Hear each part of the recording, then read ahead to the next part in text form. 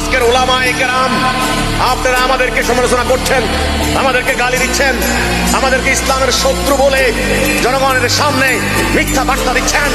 আল্লাহ সাক্ষী, আপনারা পার পাবেন না এই মিথ্যা কথা বলার জন্য।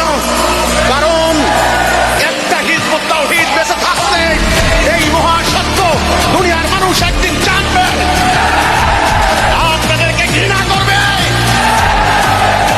ইসলাম প্রতিষ্ঠার জন্য দাঁড়িয়েছে। শুনে রাখুন, এই মাদ্রাসা ব্যবস্থার মধ্য দিয়ে আপনাদেরকে পরনির্ভরশীল, অন্যের উপরে নির্ভরশীল একটা অকর্মণ্য, একটা অন্তঃসার শূন্য জাতিতে পরিণত করেছে। আপনাদেরকে আত্মনির্ভরশীল বানায় নাই। আপনারা মাদ্রাসা থেকে বিজ্ঞানী বের হবেন এই ব্যবস্থা করে নাই, অর্থনীতিবিদ বের হবেন এই ব্যবস্থা করে নাই, রাষ্ট্র পরিচালনা করতে পারবেন ডিপ্লোম্যাটিক নলেজ এটা দেয় নাই, বিচার ব্যবস্থা পরিচালনা করতে পারবেন এই ধরনের ব্যবস্থা আপনাদেরকে শিক্ষা দেয় নাই। আপনারা কি করতে পারবেন?